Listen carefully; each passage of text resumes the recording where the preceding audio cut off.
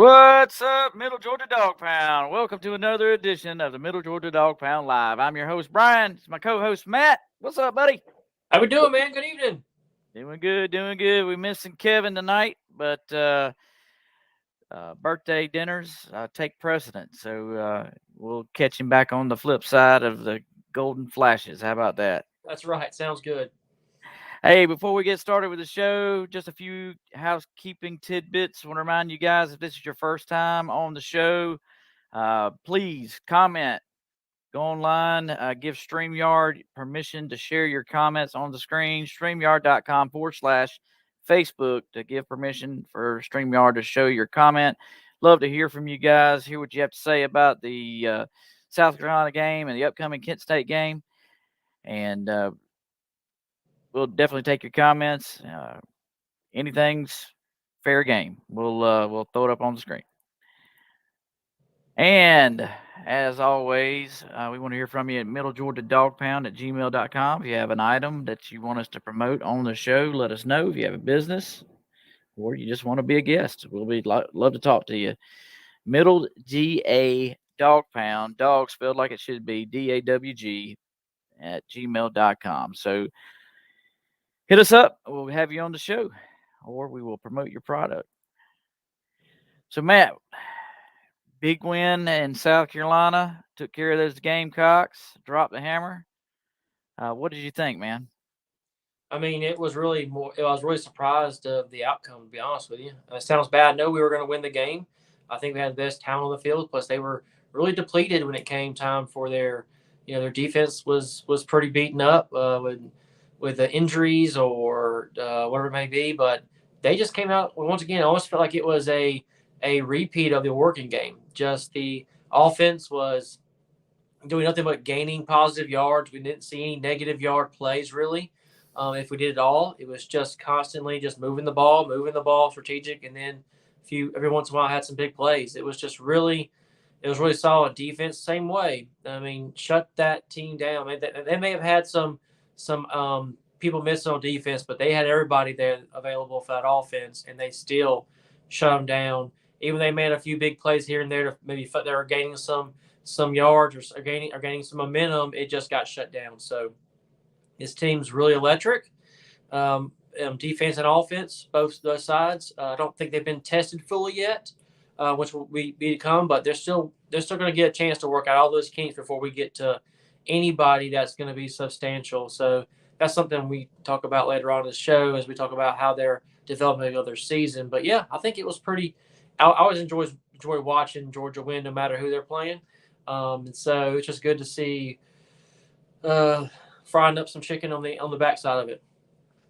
Yeah, absolutely. Yeah, I thought that our DBs have really improved. If we've got any weakness, it may be our defensive line, but they still were getting pushed. So I thought we did a fantastic job. And, of course, our offense is firing on all 8 right now. So I couldn't be happier. Let me grab some of these comments here. Hunter Ivy said, "Could you give my dad a shout out? We found out that he has cancer today." Oh, man. Hate to hear that. I told him to fight like a dog. Thoughts and all prayers for him are welcome. Shoot, we will definitely be praying for him, Hunter. Shoot me his name. We'll add him to our prayer list and keep him in our prayers, and you guys as well. Gosh, that's terrible news. Well, let's roll the game highlights. What do you say? Let's do it.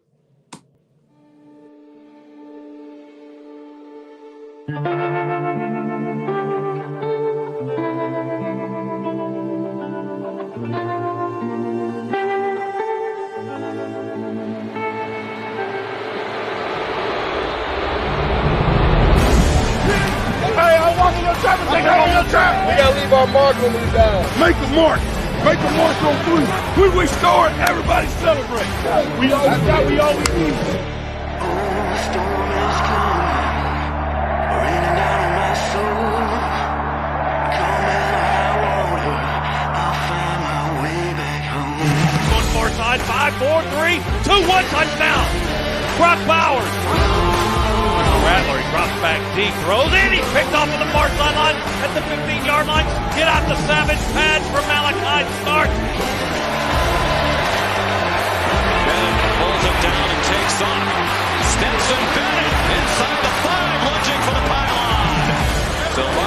just inside the 2. He runs in at right guard and right tackle, and they just push him into the end zone. Touchdown.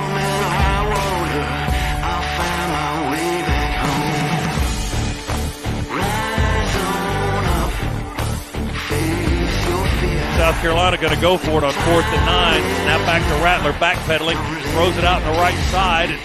But short of the first down, and well short. Bennett to throw, quick toss to Bowers. He's fighting in the corner. They say touchdown right on the left edge of the end zone. To Lloyd, oh, he runs right into Tyrion Ingram Dawkins.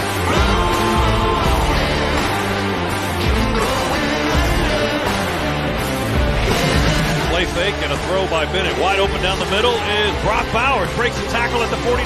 Changes direction. There he goes. He's with Coach Gillett. The Napa California native into the end zone. Touchdown, Brock Bowers. Look at Bennett. Oh, my goodness. For the way, an 11-yard touchdown run. What a move by the Georgia senior quarterback. In the shotgun pressure, the interior lineman throws it up into double coverage. May have been intercepted. Ball. We've got it. Dan Jackson.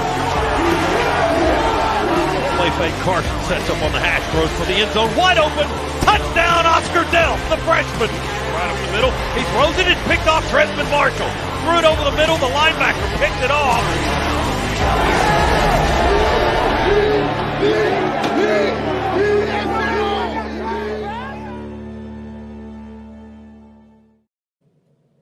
Lots of fun in that game, man. A lot of guys, pass catchers got involved. Stetson doing some awesome things with his feet. He's at a totally different level this year than what he's been. And gosh, I got to tip my hat to old Dan Jackson, man.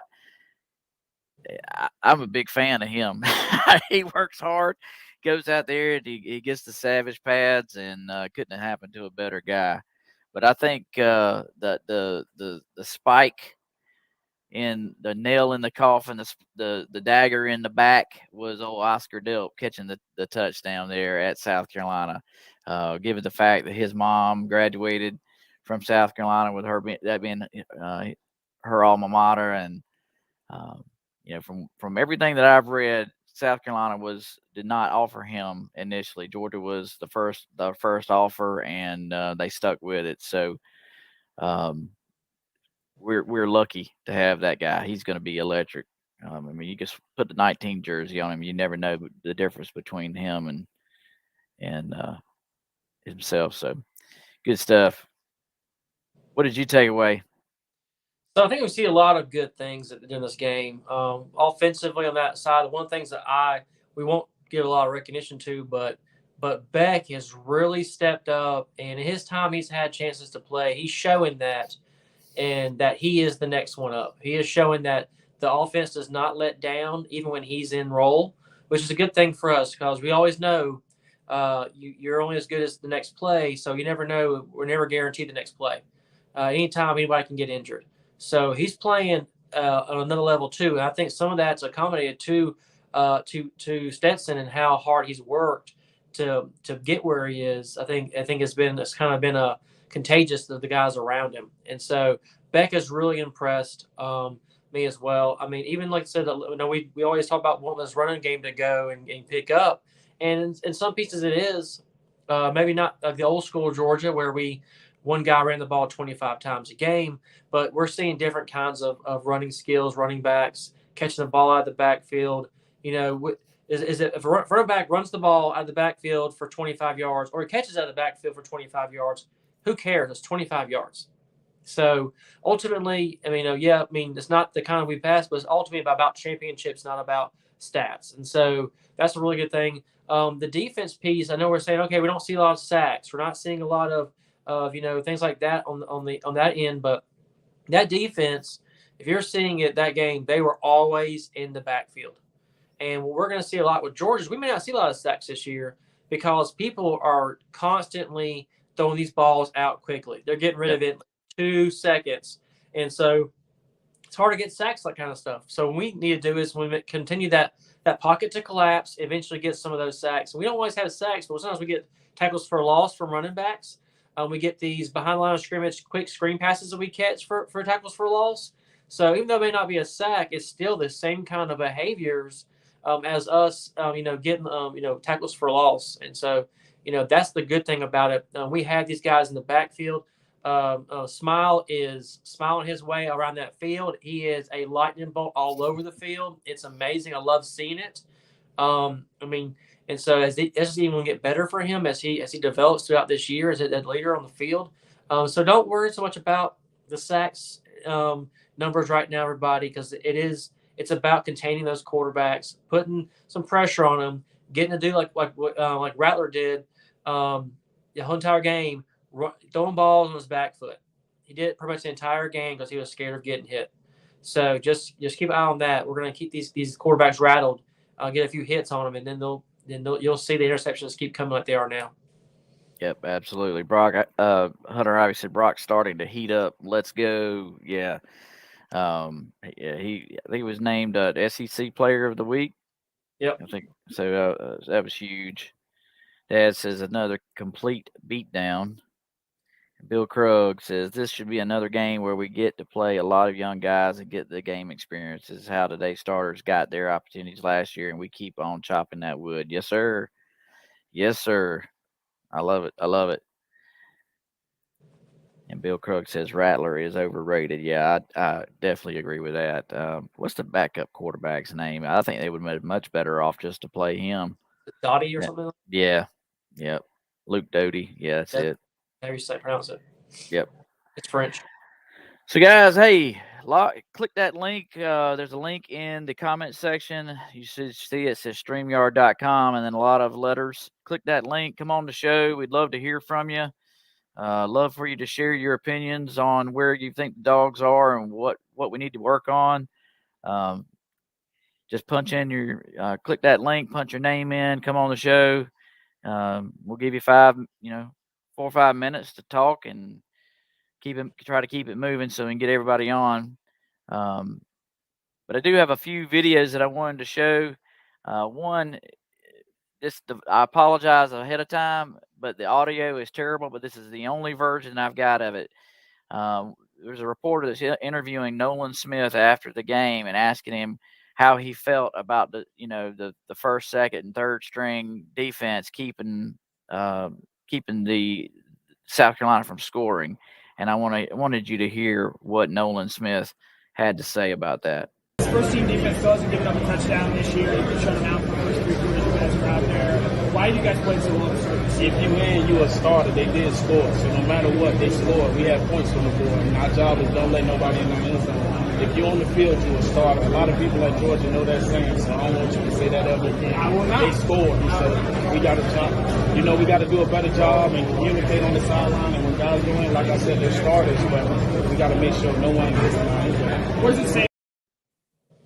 I love that. I mean, what a statement to make that's the expectation. If you're on the field, you're a starter. And, I mean, that's nothing bigger could have been said in that moment to let the rest of the team know that, hey, if you're on the field, we expect you to live up to the Georgia standard, which is nobody in our end zone. And, I mean, nobody bigger than Nolan Smith to lay that out and put that on the line. So I was thoroughly impressed with that young man, and every week he even though his results on the field don't show it, his leadership in the locker room is what's really standing out, and I think that's what's really making a difference this year on this defense. I mean, straight leadership. I mean, how many of us wish we had guys like that when we were playing sports on our teams that let us like that? I mean, instead of telling an adult, I mean, he's kind of, I guess telling he's an adult too, but telling us that these adults, these guys who have careers, and say, hey, don't ever say that again. That's right. Don't ever say that again. This is my family. This is my teammates. He's like, we're all one. We don't have first, second string. Who's on the field is a starter. That's what I love about it. Yeah, absolutely. Like I think you said it to me earlier this week. I said, once this guy gets done playing his NFL career, we need to hire him to UGA the first second he signs that retirement paper. Dang Skippy. Yep. That would be awesome. Hunter Ivy says sacks are good, but constant pressure is even better. You don't need sacks to rattle the quarterback. Yep. Right. Totally agree. Totally agree. Well, I've got one more video I wanted to show you guys. And like I said, the audio is really bad, so you have to turn your volume up. But this is the only version I can find. It's really, really funny, really good stuff from Kirby. For some of the big plays y'all gave up, how much did that impress you with so many younger guys playing the first SEC road game, things like that? I told him before the game, and right before we came out, I said, there's a muscle we haven't used. And the muscle that we have not flexed is the composure muscle. And I had Branson Robinson stand up in front of the group and say, this is what our composure muscle looks like. So if your composure muscle looks like Branson Robinson, there's a good chance that you need to flex it. I don't know if you've seen Branson's arms. And we flexed it because we had some things, go wrong, not bad wrong, but we gave up some plays and we responded from it. 80. Yeah, I love that. I think it's hilarious. He's like, if you take a look at Branson Robinson, and you get an idea of what your composure muscle needs to look like. And if you guys haven't ever seen Branson Robinson, I'll let me throw him up on the screen here and let you have a look. See this? He's 18-year-old kid right here. Looks like a grown man. Unbelievable. Unbelievable. Growing in, because I might look that way. Me neither, buddy. Me neither. Oh man. And then there's one more video of Kirby, and like I said, the audio is really bad, but he makes some good points. And drop off of the offense, defense, or everything. Well, I mean, guys, I said all year we have good football players. We have to go play well, and they have to buy into being selfless and helping each other. And this team is way different than last year's team. We don't have 15 draft picks or we get drafted next year. We don't. But we've got a bunch of guys that are tough, physical. They like practice. They buy into being around each other. They're connected. They like competing against each other. And the only way you get better during the season is on Monday, Tuesday, Wednesday. It's hard to just go out there in the game and take 30 snaps. We get 60, 70 snaps of practice, each guy. So as long as they keep getting better and you guys don't fill their head up with too much stuff, we'll be all right. Coach, Dumas Johnson, tackles leader, one of the new guys, replacing a bunch of award winners. Can you talk about how far that young guy's come already? Yeah, he was doing it last year. You just didn't see him.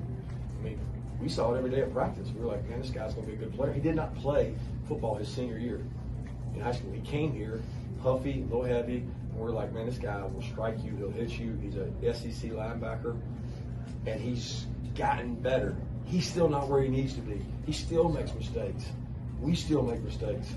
But if they continue to work hard and buy into, having a little composure, we gave up plays today and nobody backed down. We gave up the bomb on Kamari, boom, get a pick a couple plays later. Give up the fake punt, nobody panics, everybody's happy to go out and play some more. Let's go. Let's get our snaps in and let's go stop them. And I think that's the way you have to approach it, is attack mode, not defense mechanism. What about that pick by Malachi? How that kind of helps that defensive line today? Interception by Malachi Stark. Yeah, what about it? No, just your view of it. He did a good job. The quarterback threw it right to him. He should have picked it, right? he played the wheel route. He kept his eyes in the right spot, and he made a play, and he had a pretty good return, too. He's a good athlete. I think Kirby made some good points there. They got a lot of things to work on. We got a lot of things to really hone in on and dig in on and make a little crisper. But the fact that we've got some dudes that have plenty of experience coming back on the field and are willing to put in the work, put in the effort, definitely shows where we could. The ceiling, we haven't hit the ceiling yet, guys. That's my point, is we've got a lot of opportunity to grow and to get better. And we can't listen to the outside noise and get complacent. So what you think, Matt? Yeah, I think you're right. We're getting a lot of guys, a lot of playing time. I think I said Bill just talked about a little bit ago. Getting even during first quarters, we're changing out offensive linemen on a regular. I mean, we're getting tons of freshmen and sophomore receivers that are getting chances to play. Defensively, we got linebackers and defensive linemen, and even some of the defensive backs are getting tons of playing time. It's just nothing but for the future of this program. This won't be this last year wasn't a fluke. This year won't be a fluke, and the years to come will not be that way. He's ultimately saying, no matter where you come from, no matter what star you have, if you can play ball, you're going to be on the field. So I think that's a good thing. Yeah, I totally agree. Let's see. Hunter Ivy says Branson is huge. He reminds me a lot of Nick Chubb. They are both built the exact same way. He runs a lot like Nick too in the game. I mean, he is going to be electric. If I really hate that we didn't get to see Andrew Paul in a combination with this guy. I mean, I think that might be your repeat of the Thunder and Lightning. I mean, it's going to be unbelievable once those two guys can get on the field on a consistent basis.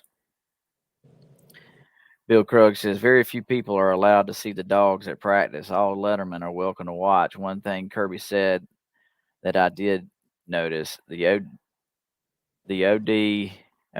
O and D enjoy playing and ribbing each other over a great play in practice. I was very surprised at that enthusiasm.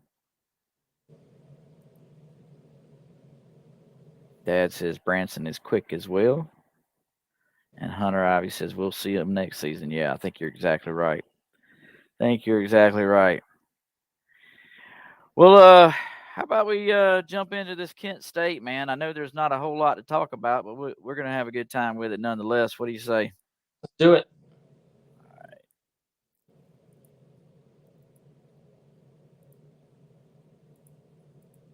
If I can get it to play. How you gonna make your mark today?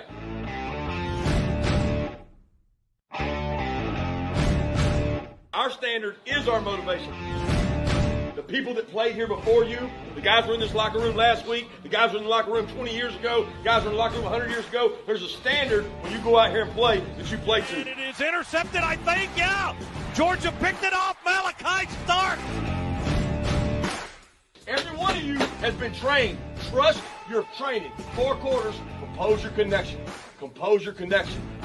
Brock Bowers breaks a tackle at the 49, changes directions. There he goes. He's West Coast chilling. The Napa California native into the end zone. Touchdown, Brock Bowers.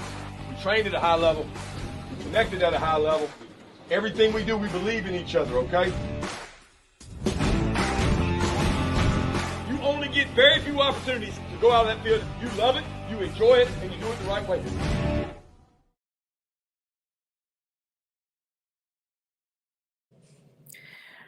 Yeah, that's a pretty cool game trailer there. Of course, they for some reason Georgia decides they're gonna put out a game trailer at the beginning of the week and a game trailer at the end of the week, and they're never the same. So, but that's the beginning of the week game trailer for you guys. I'll try to post the other one on the Dog Nation Dog Pound Facebook page on Fridays, usually when it drops. But wanted to make sure I mentioned this.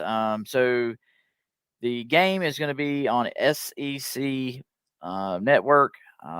So if you guys don't have that, you may have ESPN Plus. Both of these are streaming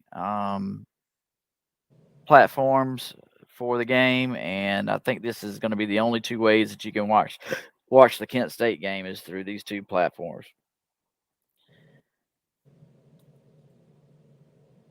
All right, Kent State, their mascot is the Golden Flash, and we'll get into that in just a second. This is the head coach, Sean Lewis. Of course, the conference that Kent State in is the Mid-American Conference. Ball State's in that conference. You guys may remember the name Ball State because that was the team that was just added to replace Oklahoma next year. So at least you'll know what conference this is all tied to. App State. App State's in there. That's right. Let's see. I may have all of them here. Nope. That's the mascots. Well, we'll get into the mascots. How about that? So a Golden Flash. I was trying to figure out what a Golden Flash was, and so I Google it. Initially, Kent State initial mascot in 1920 was a silver fox.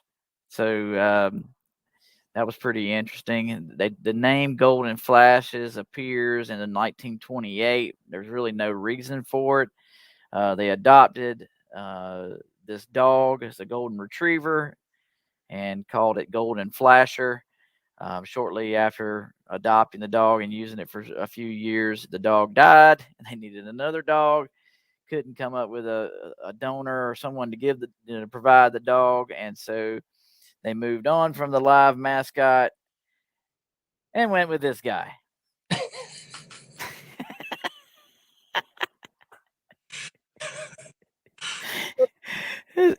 This is supposed to be Grog, the caveman's caveman. If you guys remember Grog from the newspaper cartoonist, BC Cartoons, that's what that's supposed to be. I don't really know what it is, but from everything that I read, the baseball players wore it to several games and basketball games. It weighed like, I don't know, 25 pounds or something, extremely hot. Um, that that is Grog. From Grog, moved on to this horse. The horse's name was Chestnut Burr, and they called it the Golden Flasher. That was in 71 to 74. Then they went back to the dog. Then they went to this guy, Captain Flash. He didn't last long before the Golden Eagle comes along. They had a live Golden Eagle that would swoop down, similar to what Auburn does. Then PETA got involved. PETA's like, we don't think you should have a live mascot. Da da da da da. So they removed the live mascot and went back to this guy. And this has been the mascot ever since. So there is the history of the Golden Flash. You are now informed. Mid-Atlantic Conference. So we were just talking about that. There's the teams. Central Michigan, Miami, Bowling Green, Ohio. Then let's see, what's some other teams that we know a lot about? Toledo. App State. Is that Buffalo? East Michigan, Central Michigan?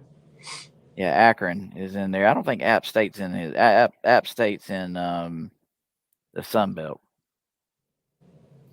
So there you go. Just a little history on the Mid-Atlantic Conference. So don't have a whole lot to talk about Kent State. Kent State had one really good pass that I saw from the highlights. It was like a 55, 60-yarder pass into the end zone. But overall, that was pretty much it. They played some tough games. Matt, who did they play? They played Oklahoma and who else? So they played Oklahoma and Washington to start the year. So they went to Washington first and lost that game. I think it was like 44-20. So they put some points on Washington. Then they went to Oklahoma and got beat 33-3. And then they won last week against Rhode Island or something. They beat Rhode Island like 63-10. And so now they come to us. So we will be their third undefeated team that they will be facing this year. So they're getting paid some big bucks this year, but it's taking a wear and tear on their team for sure. Oh yeah, absolutely. Bill Krug says that Krog was the all-time worst-looking mascot. It was like a live head. Hunter Ivy says Grog looks like a fat Bigfoot and a penguin had a baby. Yeah, that's awesome. Yeah, that's awesome. So before we get into our key matchups, I wanted to talk a little bit about some of the games that we predicted last week, and I think Dad had a few of them right. So I was going to give him a shout out. We all thought that LSU would just lay an egg and not win that game. I don't remember what Daddy said, but he picked Mississippi State to win that game, and then I think he also picked what was the other game he picked? I'm trying to remember. That we all went the other way on. He picked LSU, you mean? Yeah, he went. Yeah, he picked the LSU to win against Mississippi State. I don't remember what the other game was, but he picked two of them that we kind of made fun of him for picking them, but they ended up winning. But what did you think about Alabama? He picked A&M over Miami. Yes. Okay. Yes, and I think we all went with Miami. What did you think about the Alabama game? How Alabama's looking in comparison to years past? So it just doesn't feel like the same kind of Alabama that we're used to, in the sense that it's almost like a reverse role of what we've seen so far for us and for UGA. I mean, usually Alabama is beating teams 35, 40 points in the first half, and then they're resting their players the rest of the way. And you don't see a lot of turnovers or penalties or just clock management issues. But look, we're seeing some of that come from this team, even against if they're playing a tougher opponent or a team like they played last week. And was it Louisiana Monroe they played or whatever? And so Mm-hmm. it just seems like it's going to sound terrible because I love this man. It kind of seems like some of the Mark Rick era kind of peeking over there in the mullet state. Yeah, I totally agree. I was looking at their stats from last week. So Bryce Young threw 2 interceptions against University of Louisiana Monroe. I mean, how do you do that? How do you throw 2 interceptions? They are still plagued. Their defense is still plagued with penalties. Had 6 penalties for 60 yards. Um, and I know the score was 63-7, but 21 of those points were turnovers. One of them was not really so much a turn. One of them was a block punt. One of them was an interception. They ran back for a pick six, and the other one was a punt return. They run back. So the offense didn't score 21 of those points. I know that 42 points is still a lot of points for an offense to score, but I mean you got to consider who they're playing too. So um, I was just surprised at the turnovers, the lack of discipline from this team repeated. Now, I could see it maybe happen one game, but to see it repeat itself, there's a problem.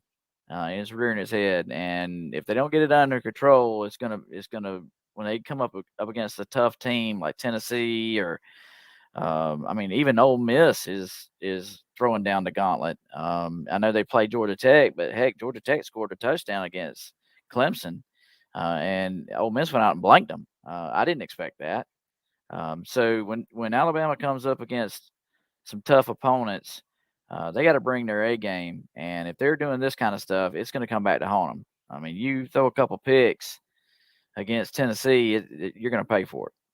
Yeah, and it could be just the fact that they're just working through some growing pains there, and they could be eventually, start the year off slow and then end it really strong. Like last year, they started off like world beaters and ended in their last 5-6 games. Everybody was questioning them because they were barely winning games. They were barely beating Arkansas. They barely beat, Auburn. They were Mm-hmm. struggling coming into the SEC championship game. So maybe this year's the reversal. They're somewhat struggling with some of these teams on the front end, but then the end of the year they may be on full cylinders. I don't think that's the case, but it's very possible to be that way. So the football season is just that way. We have teams that do that all the time. They have a great start out, and they taper off in the end, or they have a rough beginning and they really get better at the end. I mean, Georgia's been known for that. Georgia's been known for starting out slow in their seasons and then come the postseason, and they're always in the questions. What kind of bowl games should they be going to, or should they be considered for the playoff because they're playing their best football. So they're looking at it. We playing our best football now, or we playing the best in the year. I mean, of course they would be playing the best football, after game 7, but I just don't see that turning around, especially with a defense that's supposed to be much improved from last year. Still seeing some kind of inconsistencies and some maturity growing up there. Yep, I agree. Yeah, Hunter Ivy said this, and then he says "are not." So this, I guess, what he means to say is Alabama's still a tough opponent, but they are not the Alabama that strikes fear into you. They seem more undisciplined than in years past with penalties and turnovers. Yeah, I totally agree. And I've been saying it for weeks. And if you guys listen to that Jermaine Funny Main, he's even noticed that this is not the same Alabama. And so I pulled his little clip down. If you guys don't know who this guy is, he's the one that says this is how Alabama fans watch each week. And so this is a portion of the clip from last week. You know what? We won, but I feel like I want to complain. No. Hear me out. A 56-point victory. I should be happy, but them 2 interceptions bothered me. We still having a lot of penalties. O-line just ain't dominating. Where is the domination in our football right now? I know that sounds crazy to say when you're looking at the score, but there is a standard, and I just ain't feeling it right now. There's a lot of season left, a lot of time to improve, but I want to see some domination. I don't want to see no drop passes. I don't want to see a sputtering offense. Tired of seeing Bryce getting chased around. Special teams look good. Defense look good, aside from the penalties. But hey, wide receivers, y'all got to step up. This is y'all's time. You got a Heisman quarterback throwing you the ball. Get open. And when you get open, catch the ball. I'm sorry. I didn't mean to fuss at y'all. No, I kind of did, though. No, but I did, for real. Nah, but seriously. No. Everything's cool. I'm just saying, my wide receivers, we'd like to see a little more elite play. That's all we're asking. I know you got the talent. You definitely got the quarterback. The party has started, and everybody's waiting on you. So once you arrive, we'll be rolling. And I got faith in you. Let's regroup, and let's get ready for next week. Who we got? Yeah, they play Vanderbilt this week. So, yeah, it's going to be interesting to see what they do against Vanderbilt. And I think you said that Vanderbilt is going to start a different quarterback this week. Yeah, they played a different quarterback last week than Wright, who started out the week. I'm not sure it's because I don't dig into. I'm not a big upscale and up on the of Vanderbilt football, but I think I'm not sure if he's injured or he's just trying to get a better passing game or whatnot. So someone out there who knows what's going on with Vanderbilt football wants to share, please share. But they are playing 2 quarterbacks right now, so that's interesting. Yeah, and Mike Wright, he was at Media Days, and pretty impressive fella. He's from Atlanta. Makes you wonder how Georgia Tech missed on him. That's for sure. So Bill Krug says we will see what Bama is really like in the first 3 weeks of October. Arkansas, A&M, then Tennessee. Yeah, I totally agree, Bill. Totally agree. All right, man. Let's get into these week 3 matchup. Week 4 matchup. Excuse me. Behind the week. Let's I can get it to come back up on the screen. Here we go. There we go. So, Florida, Tennessee. Tennessee is right now, and these lines keep changing, guys. I put them in on this ticker right here, and literally, we looked at it before the show started, and right before the show started, they changed again. So these lines are constantly changing. A&M, the Arkansas A&M game was at a 3.5 point favorite in A&M's favor. It went to a 2, and now it's at a 1.5 point and a half favorite. So anyway, I just keep saying these lines are fluctuating. So Vegas really doesn't know what's going to transpire with a lot of these games. But Florida, Tennessee, what do you have on this one, Matt? So the best part about this week is I get to sit back and watch these games like this. Absolutely. By this time this game starts, my team would have beaten upon Kent State substantially, and I get to sit there and watch 2 teams that we're going to play in the coming year and see how they correspond with each other. I honestly think this will be a good game in the sense that neither one of these teams have a very good defense. They have some okay defensive pieces, yes. Will they make some defensive plays? Yes, but these are not solid defensive teams.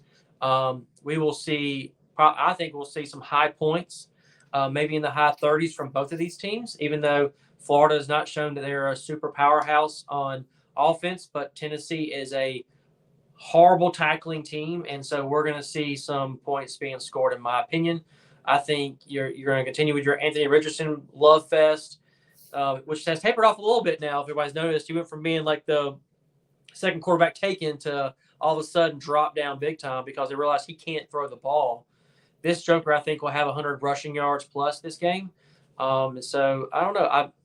I'm going to take Tennessee to win this game because I just can't stand Florida, and I love every time they lose. So I'm going to go. And this thing about Florida fans are obnoxious. So I love watching them lose and seeing their social media posts blow up like it's the end of the world. It's encouraging to me. So I'm going to go Tennessee beats them, and they cover the points. Yeah, I like that. I like that too. I think Tennessee definitely takes care of business and covers as well. The thing I didn't realize that Anthony Richardson still hasn't thrown a touchdown. That blew me away. I'm like 3 games and you still haven't thrown a touchdown pass. That is unbelievable to me. But The top 5 best quarterback in the SEC. yeah, he's supposed to be a Heisman candidate. That's what the media told us. That's right. Hunter Ivy says Rocky Top is going to roll Florida 42-21. Bold prediction: AR-15 throws a TD pass and 2 picks. I love it. I like it. I like it.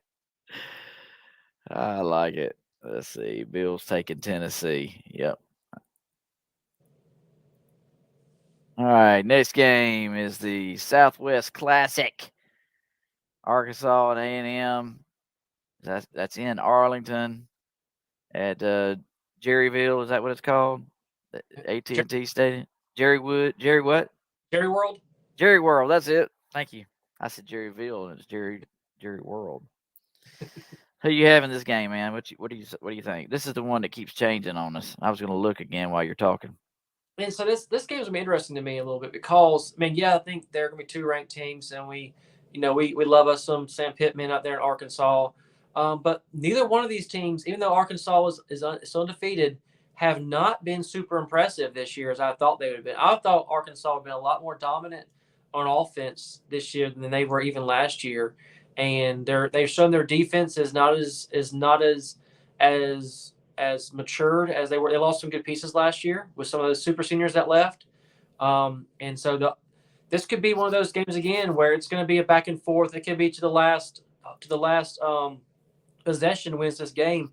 And honestly, I still want Arkansas to win. I just can't stand Texas A&M. I can't stand how he operates. Jimbo Fisher is smug. Is such.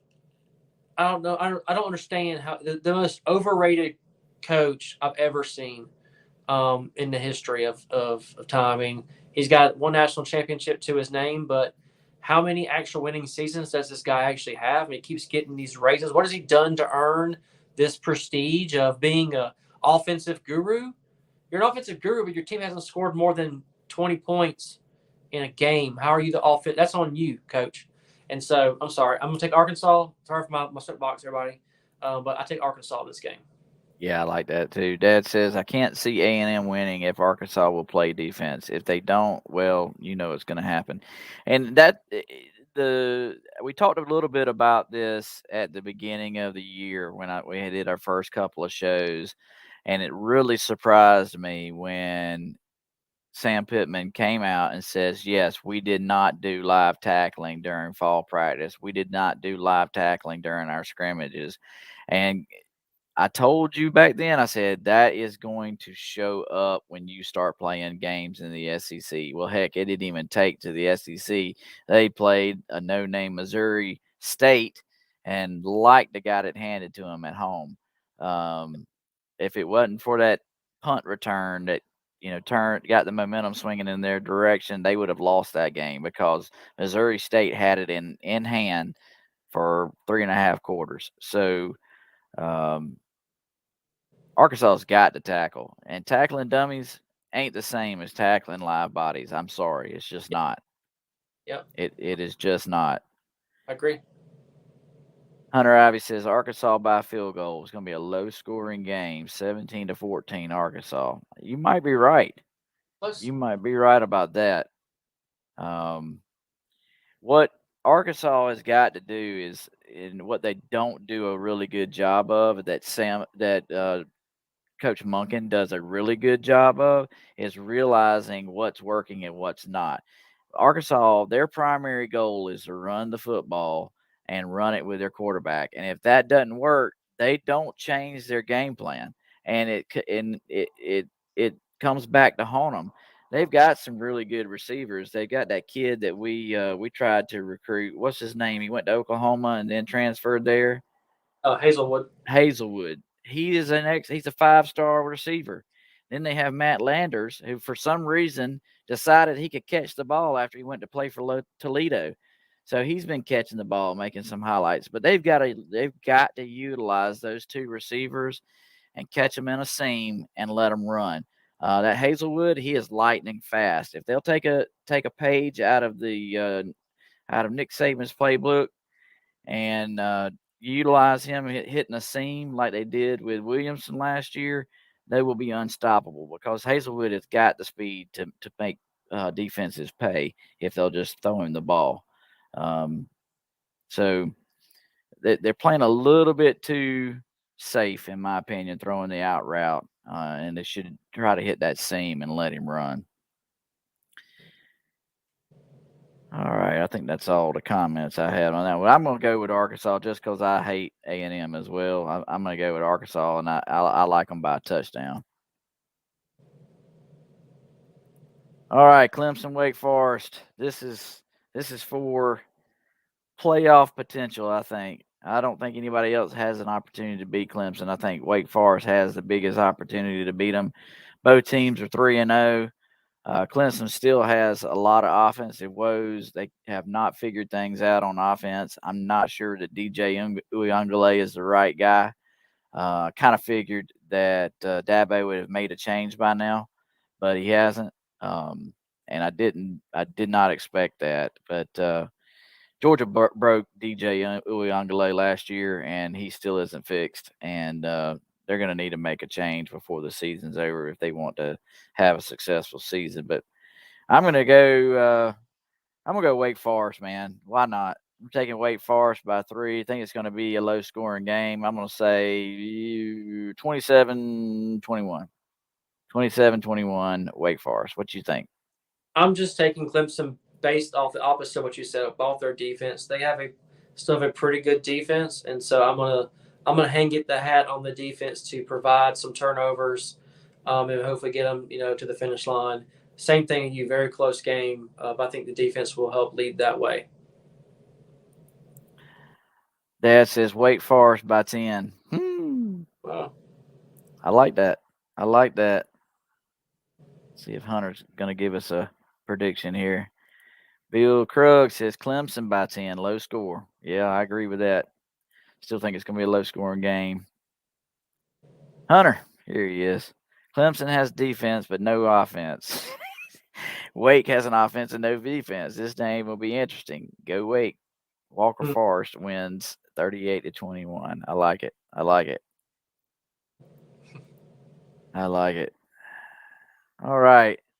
This was the one I call the Piss Poor Bowl. Is who can play the poorest and still be the winner. Yep. What you think, Matt? Dude, I have no clue. It's the Tigers. The Tigers against the Tigers. I mean, I don't know. I mean, you would like to say, okay, you would like to think at some point Auburn can get it together, and something. I think Missouri is the worst team in the SEC.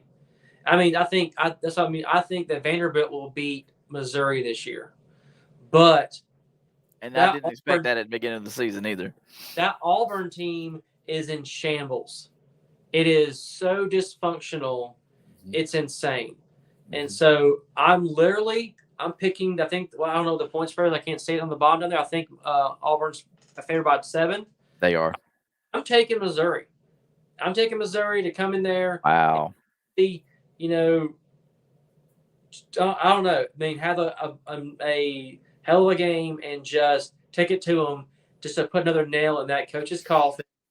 And so they'll fire him next week, and he'll be happy sitting on the beach somewhere, sipping his Mai Tai with his $14 million. Dad says the Tigers are going to win. Good job. Guaranteed. Yeah, I've said this from back in the preseason when we did our preseason show, I felt like Auburn was going to be dysfunctional.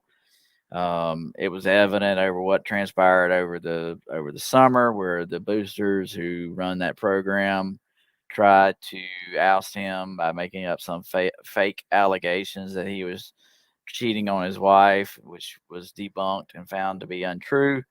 But let's just be honest, Brian Harsin is a lame duck.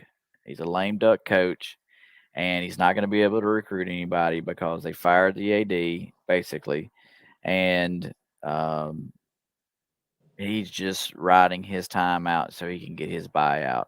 And quite frankly, I think it's going to be coming if he loses this game, and he would definitely most likely lose the next game, and he will be gone before they come to Athens to play Georgia. So with that, I'm going to take Missouri. Heck yeah. Missouri by 3 because they got a really good kicker. You're going to see him kick a few field goals. He's going to get 3 or 4 of them in this game. So they have a very good field goal kicker. If you guys haven't followed Missouri and didn't follow us last year, we highlighted the Missouri kicker on our show because that was about all they had as far as offense goes. So Hunter Ivy says the most horrible game of the weekend. Auburn is the worst team in the SEC. Luther Burden has a huge game for Mizzou. Mizzou wins by 14, 24-10 Mizzou. I like it.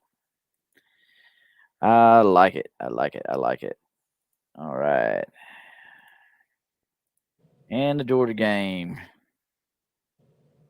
What you got, buddy?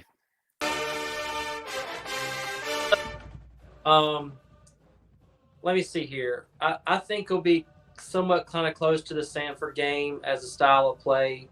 I think we're going to play some vanilla offense, try to get a lot of guys playing. Work on some things that we haven't seen yet. We may see some plays that we have not run that they've been working on in practice, and they want to really get some good live opponent response to it. I still think we'll probably finish this. I'm going to say 45-0. That's going to be my prediction. I think we'll have another goose egg up there on the scoreboard. They may get 3 points. I don't think they're going to be in the end zone by no stretch of the imagination, if I'm just being honest with you. So that's my 45-3 or 45-0, one of the two. Yeah, I was right over that. I was going to say 42-0. Yeah, they're not. This defense is not going to allow Kent State to score a touchdown. Not after what South Carolina did to us in garbage time of the fourth quarter. That defense was ticked about that, and that was evident. So yeah, I definitely see Georgia winning easily. Quick question: does Stetson Bennett play all of the first half, or does he come out some during the first half? Depending on if we connect and don't play kick, no, we don't. If you don't kick field goals in the first half, I think he plays the half, and he may come out for the first series in the third quarter, but then the rest of it's been Beck, or even Beck and Vandergrift together again. I would love for him to play. I don't care what the score is. Him play one half, be done, and then give Beck the third quarter, and then give Vandergrift the fourth quarter, no matter what the score is, just to see how they can play, actually give them the full range to play. And I think that would be good. Yeah, absolutely. I agree. I want to see the running up. Sorry. Go ahead. I want to see the running game pick up a little bit in the sense that we commit to the run a lot. I think we're saving some of our backs, like McIntosh. He didn't get a lot of views. He didn't need to against South Carolina. He only had 4 rushes, and he had a few catches, and he was very electric. He was fine. I think they're saving these guys for the bigger games and not beating up those running backs so early in the season. So I think we're going to see a lot more of Robinson and Edwards in this game than we have in the past. So that's going to be good. Yep, Hunter Ivy says UGA 42-0. That's what I said, and Dad says 41-3 Georgia win. So I think both of those are right on target here. What I think we're going to see. I don't see us running up a 60-plus game. That's just not what Kirby likes to do. I'm calling it 2 sacks. 2 sacks. Okay, I like that. Walk-on running back Cash Jones has a lot of carries in this game. I hope that's the case. These guys need to get some exposure and get on the field. Bill Krug says, Stet plays into the third quarter and we win by 40. We will not show any new plays because holding them for the SEC games. I agree. I think that's what we should do as well. I think we'd be very, very vanilla again. And we all come on here next week and go, that was the most boring game ever. But got to play them. Got to give these other schools an opportunity. And so Kent State's just another opportunity to get a game in and get our guys some good reps and some good experience. Hunter Ivy says he played against South Carolina in the third quarter. Yeah, I did remember seeing him. Well, Matt, you got any final thoughts before we close this thing out? I would like to get out of the game with no injuries. Last time we played a team, the first play of the game, we injured a player. So I'm not sure we're going to see AD back until next week. Yeah, maybe next week. Which is fine with me. And we may have not need him then. So we got to have some guys step up. You can see some of those throws we had to the end zone that Stets he threw in there. Weren't caught besides one with the Bowers. So these receivers got to catch these balls. That's the one thing that AD does. In that corner end zone, he's catching that ball. Yeah. His eye-hand coordination is incredible. He's got strong hands. We got to have those guys do the same thing and step up because we're going to have him for one more year, but he ain't going to last past the junior year. So these guys got to step up and be a part of that kind of scheme. We haven't gone deep this year that much, which I think is something we're holding into the SEC play. We haven't seen a lot of deep balls. Like last year, Stet was throwing deep balls every game, multiple times a game to stretch that defense out. He hasn't had to do this year so far. So I'm not saying we're going to do it this game, but just be patient on it. We're going to see some more deep balls coming here in the next 3 to 4 weeks. Well, he had the opportunity to in that South Carolina game. That Dylan Bell was wide open when he threw over the middle to Brock Bowers. That 60-yard run that Brock ran back.